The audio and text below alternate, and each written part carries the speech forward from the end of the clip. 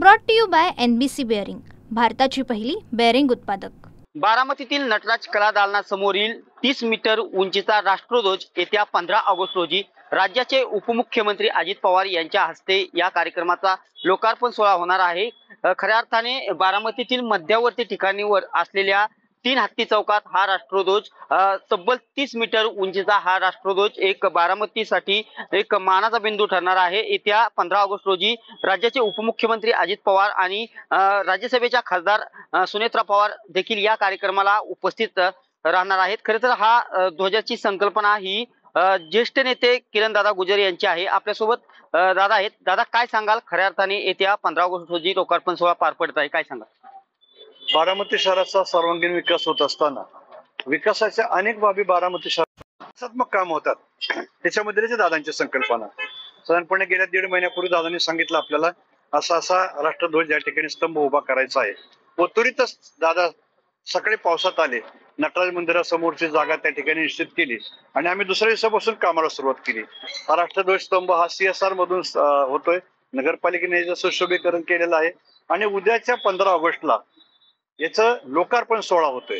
तत्पूर्वी 15 ऑगस्टला सकाळी ध्वजारोहण हे राज्यसभेच्या खासदार सुनेत्रा पवार यांच्या हस्ते आहे। त्यावेळेला काही निवडक शाळा, पोलीस बँड, त्याच्यानंतर स्काउट गाईड पथक हे सहभागी होणार आहे आणि संध्याकाळी 6:30 वाजता मात्र सर्व नागरिकांसाठी लोकार्पण सोहळ्याचा कार्यक्रम याच ठिकाणी होणार आहे। त्या ठिकाणी दादा एक दीप प्रज्वलन करून त्या ठिकाणी सांकेतिक स्वरूपामध्ये लोकार्पण करतील।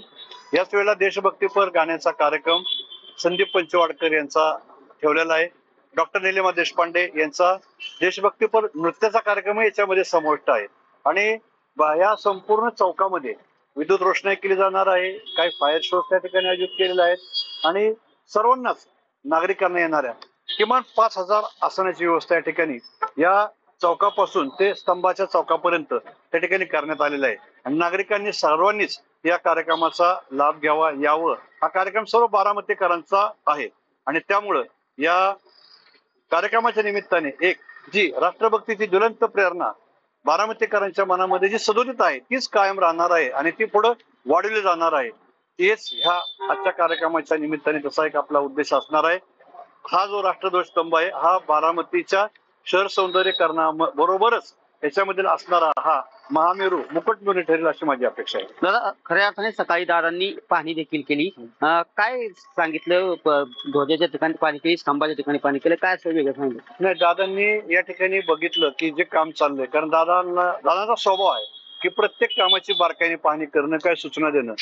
ही संकल्पना मांडत असताना दादांनी हा स्तंभ ह्याचं साधारणपणे डिझाईन असं असावं, याच्यामध्ये फाउंटन कारंजा असं असावं, त्याच्यानंतर या ठिकाणची जी फरशी दगड हा कोरीव कसा असावा, कसा बसवला जावा, हे ज्या सूचना दिल्या होत्या त्याप्रमाणे ते काम होतंय का नाही हे प्रत्येक वेळेला, हे एकच नाही तर अशा बारामतीतल्या सगळ्याच कामावर दादा भेट देत असतात आणि कामाची पाहणी करत असतात।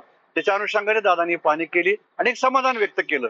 जर पाऊस असला तर पर्याय व्यवस्था कशी करायची, म्हणून शेजारीच आपण बघितलं की साधारणपणे एक मोठा मंडप पत्र्याचा या ठिकाणी आपण टाकलाय। जर पाऊस आला तर या ठिकाणी पत्र्याच्या मंडपामध्ये तो कार्यक्रम होईल, नसेल तर तो कार्यक्रम या ठिकाणी चौकातच होणार आहे। नक्कीच उपमुख्यमंत्री अजित पवार यांच्या हस्ते 15 ऑगस्टला ध्वजाचा लोकार्पण सोहळा पार पडत आहे।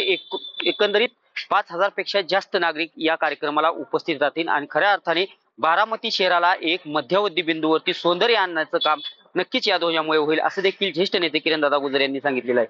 Deepak Kapre, TV9 Marathi, Baramati. Brought to you by NBC bearing, भारताची पहिली बेअरिंग उत्पादक।